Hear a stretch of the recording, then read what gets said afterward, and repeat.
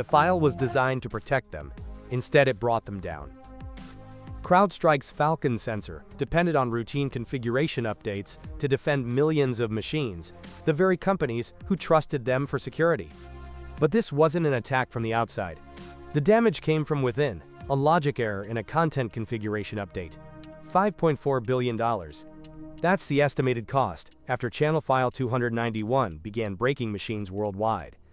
For the security teams watching their own dashboards turn red, the attacker wasn't a hacker group. It was the tool they paid to stop them. The failure revealed a paradox at the heart of their defense. To have total visibility, the software needed total control, with zero tolerance for error. Total control was CrowdStrike's founding creed, not just security, but absolute visibility. To stop breaches before they detonate, you needed to see everything. So they built the Falcon sensor to operate at the deepest level of a computer. The kernel. Ring 0. The inner sanctum. Here, it operated with the same level of access to the Windows operating system as core Microsoft components themselves. It could watch every process, every memory allocation, every network whisper. No blind spots. From this vantage point, sophisticated attacks had nowhere to hide. But this privilege came with an absolute price. An error in a normal application is a contained failure. A crash in the kernel is a system-wide seizure. A blue screen panic, recoverable, but only through manual intervention. The ultimate trade-off. You gained God mode visibility, but you inherited the kernel's vulnerability. One slip, and the machine dies. To keep its Falcon sensor updated with the latest threat intelligence, without touching the sensor code itself, CrowdStrike built a rapid response content delivery system. Forget slow, cumbersome patch cycles. They pushed small, frequent thread updates, channel files, directly to endpoints around the globe. It was a model of relentless, proactive defense, and the market believed. Deeply. Projected subscription growth was a stunning 23%. The dollar-based net retention rate hovered at 115%, meaning customers weren't just renewing, they were buying more.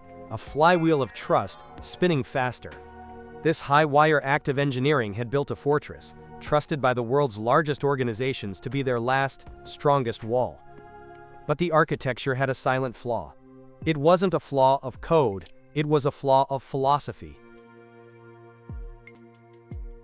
The result was a commercial fortress, quantified by a gross retention rate of approximately 98%.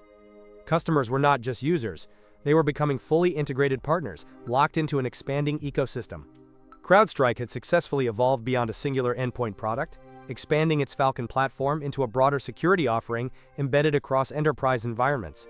This strategy deepened the competitive moat, creating powerful incentives for clients to consolidate their security stack and making the service structurally indispensable. For a chief information security officer, the cost and operational complexity of switching became prohibitively high. The company's financial reports became a testament to this dominance. This market position was soon validated by external arbiters of corporate stability. Moody's upgraded the company's credit rating to investment grade, citing its strong competitive position, durable retention, and healthy cash generation. With a pro forma cash position of roughly $4.2 billion and projected subscription revenue growth of approximately 23%, the balance sheet was armor.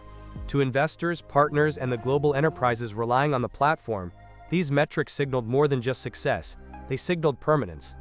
CrowdStrike was not merely a vendor, its software was now relied upon by the very organizations operating critical infrastructure. Airlines, banks, government agencies, assumed to be as stable and reliable as the institutions it was paid to protect. But a fortress balance sheet and an investment-grade rating offer no defense against a single, malformed file. The trust was absolute, the system was considered infallible, and the guardrails were built for external threats. The crisis would not begin with an alarm, but with an update clearing the build system, carrying a payload that the architecture was never designed to question. A routine content update triggered an enterprise-wide outage, prompting immediate mobilization of security teams. Channel File 291, the rapid response content file carrying detection configuration settings, was deployed across Windows systems running the Falcon sensor. Deep within its data structure, the file contained a seemingly trivial deviation, Its IPC template type defined 21 input parameter fields, but the integration code invoking the content interpreter only supplied 20 input values. The problem was a mismatch. When the content interpreter attempted to access the 21st parameter, it initiated an out-of-bounds read, reaching beyond the end of the input data array. Because this operation executed in ring 0, the system's most privileged layer, there was no safety net. The out-of-bounds memory read triggered an exception the system could not handle, and the operating system's only recourse was a kernel panic. To millions of users, this manifested as an instantaneous blue screen of death. The failure was self-perpetuating.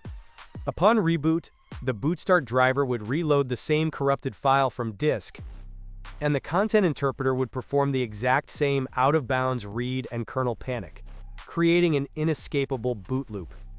Approximately 8.5 million Windows machines, powering airlines, financial markets, and emergency services, were now inert, unresponsive bricks. The blue screens were just the digital symptom. With millions of critical machines offline and requiring manual intervention, the real-world consequences began to spiral, transforming a logic error into a physical-world operational catastrophe. The digital fault line became a physical one. Airlines grounded fleets not for weather, but for computers crashing into an endless blue screen loop. Hospitals reverted to paper charts, postponing surgeries because their monitors only reflected a blue screen. Commerce seized at the checkout counter. The economic shockwave wasn't abstract. It was felt in silent airports and darkened trading floors. Then came the brutal arithmetic of repair. A flaw that executed in milliseconds now demanded days of painstaking manual intervention to undo. The fix was simple. The process was a logistical siege.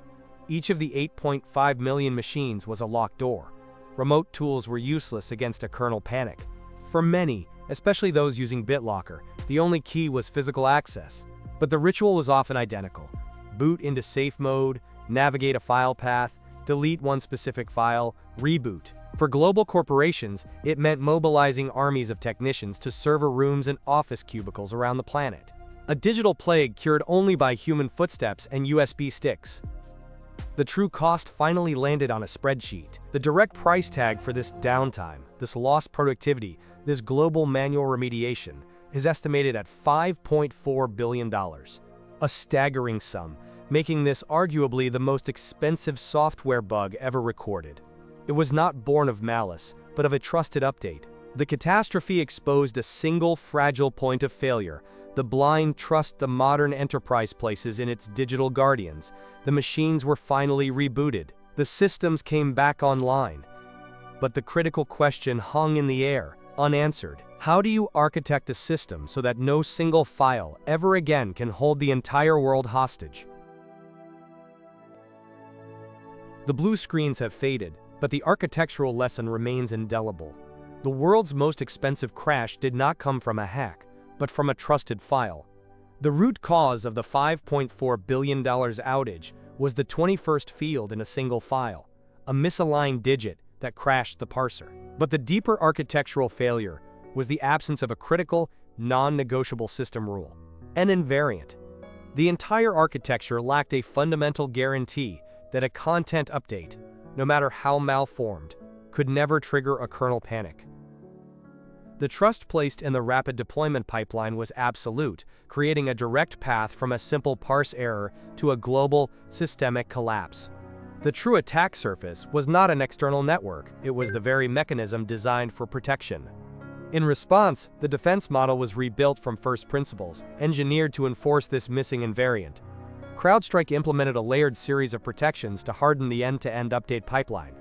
Staged rollouts now expose new files to progressively larger groups, limiting the blast radius. Server-side template validation structurally checks every file before deployment. A fast-acting kill switch can halt propagation instantly. And crucially, local validators were added to the sensor itself, a final firewall living on every endpoint. These are not bug fixes. They are architectural circuit breakers, designed to make this entire class of failure impossible. This incident forces a sober reevaluation of trust in all critical systems. Where does a single point of failure, a dependency on unchecked input, create the potential for catastrophic, cascading business failure. The cost of this outage proved that reliability is not a feature, it is the bedrock. In your own technology stack, where does implicit trust exist without a verifiable invariant? Before we conclude, this analysis is educational only and does not provide exploit instructions.